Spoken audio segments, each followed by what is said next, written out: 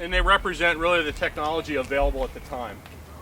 You've always heard, if anybody's seen a Civil War spiel from anybody or a show, they always say it's a time of great technical innovation. I'd actually like to say it's probably a time of recognizing the technology they had available and how effective it could be. Because if you consider what was used during the war, the only real technical advancement they made during the war is they made all-metal fighting ships. That was a thing invented during the war. These weapons were all patented well before the war in some cases. This is the latest version. It's actually an Enfield. It's not the Springfield it's pictured there, but it's representative. They're damn near identical. This is the latest military technology at the time, the latest reliable military technology at the time. That's the thing you have to remember. Guys that supply armies aren't interested in flash, they're interested in the thing going bang. And if it's real elaborate and complicated, they're afraid it's going to break. So when both armies, we had a tendency to be conservative when they put the troops, as armies are today. I know it doesn't seem that way because we got all kinds of wonderful weapons now. But all those wonderful weapons were all developed probably in the 90s. And they're just being deployed today. So that's kind of that conservatism.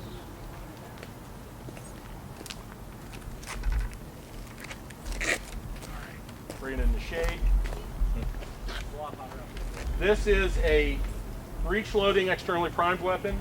This is a muzzle loading externally primed weapon. These are both magazine fed internally primed weapons. What do I mean by that? Well, externally primed means that while I may have the bullet and the powder together like this, the thing that sets it off is external. Something that's called a cap, like this. Okay? Guys, go ahead and take a look at this. Don't worry about it. It's deactivated unless you're allergic to flour. This is another example of a cartridge. It's a paper cartridge for one of these weapons. I'll tell you which one here in a second.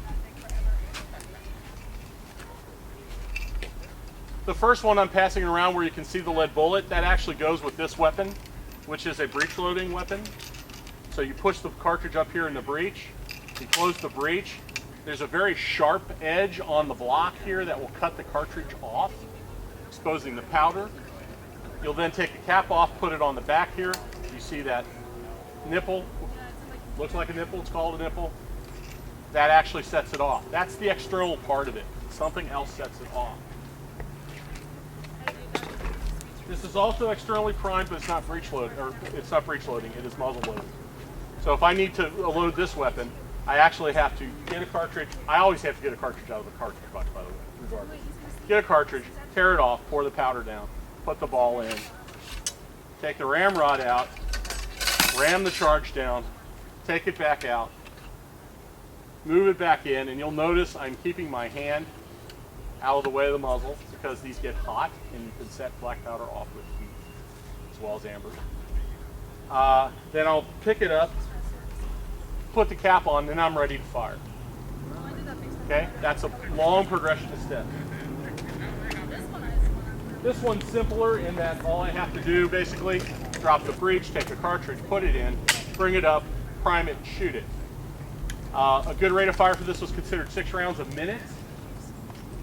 A good rate of fire for this weapon was considered 3 rounds a minute. Obviously, individuals with good capability could do better, but that was considered a good average. If your unit could do 3 rounds a minute with this weapon, you were considered a good unit. And this is under fire. Okay.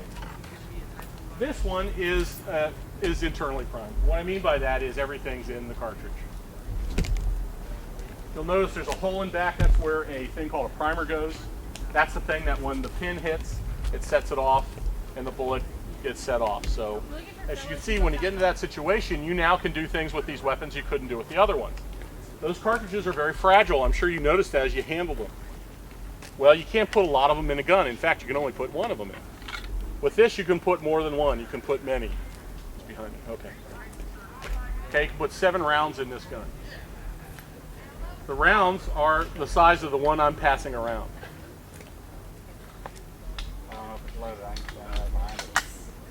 Okay, so metal cartridge gives you that. Second thing it lets you do is it lets you have a more mechanically complicated firing mechanism and thus be able to fire a little faster. So I can now feed these through this. So on the downstroke I eject the round, on the upstroke I chamber a round. And then it fires from this hammer. This particular weapon actually does not activate the hammer with the downstroke. Those of you that are familiar with lever action weapons, you'll note that when you pull the hammer back, the lever down, and I'll show you on the Henry, there's a piece that comes out, a bar that comes back and pushes the hammer back. So you don't have to cock it, kind of consider it. They didn't do that with this weapon. They considered that too complicated. It was too fragile. So you had to cock this yourself. What's the name of this weapon? This is the 1860 Spencer rifle. Okay, the next round that's coming around goes with the Henry rifle. And this is the 1860 Henry. It was invented by a man named Tyler Henry. It was based on an earlier weapon called the Volcanic. The breakthrough that Tyler Henry did is he invented the cartridge. Now, sadly, I don't have an original cartridge. They're very rare. But Tyler Henry invented the cartridge that this gun uses. That's actually what made this possible.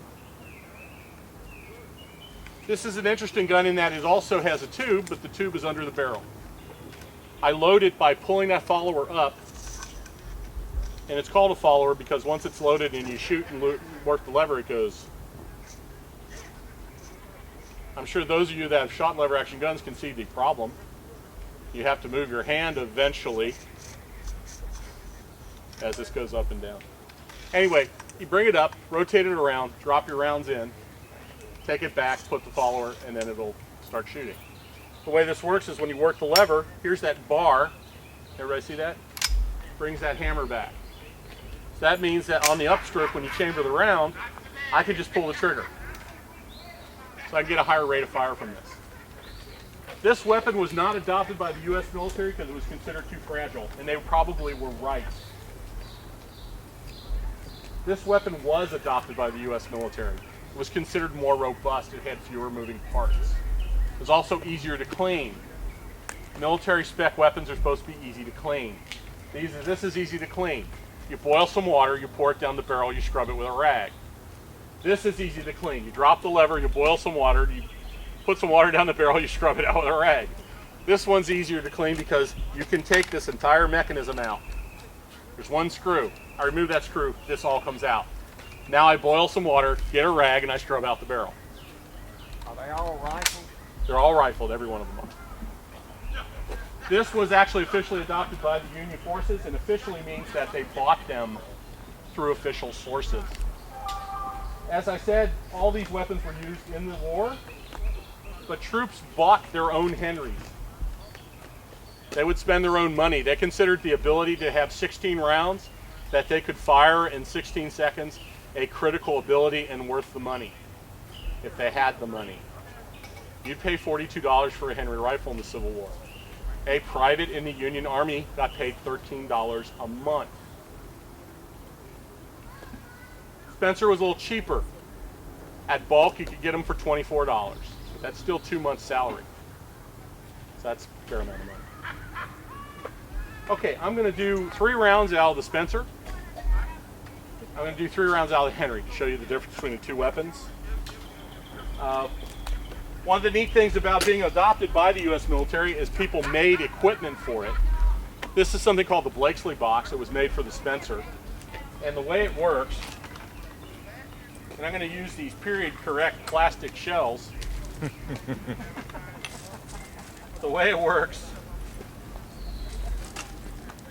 is the Spencer takes 7 rounds. So you drop 7 of your period correct plastic shells down here. Now I'm only shooting 3. And it goes in your cartridge box, and you close it, and that's up against the top. Nothing spills out. You can run around with it. This is actually designed to be used from a horse. When you need it, you plop it open, take it out, pour it in the butt, put it back in, or if you're being shot at, you throw it away, and you're ready to go. So I'm going to actually do that when I load this. So I'm going to load both these and shoot them. Okay, so When you load dispenser, the manual says you're supposed to bring it like this. Open your cartridge box, take out your tube, pour the rounds in, remove the tube, close the box, put it back in, and you're ready to go. Okay, that didn't take long. What'd that take? Maybe 8 seconds? 10 seconds? Now I'm going to shoot this.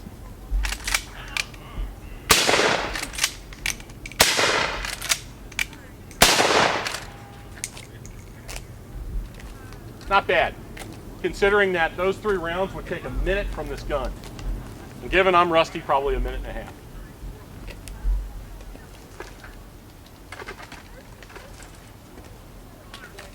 Okay, I'm again going to bring some period correct plastic bullets out. And I'm going to pick 3 for the Henry.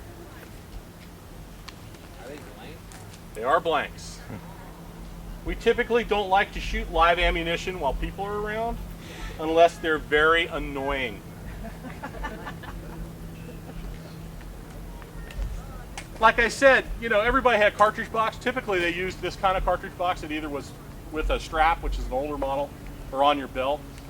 So they would have to get their cartridges out of a cartridge box. So it's a little bit of a disadvantage. I'm kind of cheating here because not a lot of troops use these. I just kind of want to give you an idea of what an advantage it was to have the U.S. military officially adopt something as opposed to kind of buying your own. Okay, so I've got my rounds. I'm going to take my Henry, rotate it up, drop the rounds in, sadly one by one. Drop it down, and now I'm going to shoot. Now you're going to see a big advantage with the Henry, so don't be surprised, all right?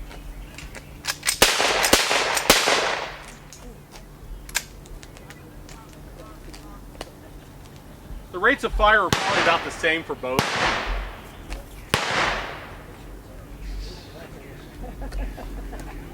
It's envy.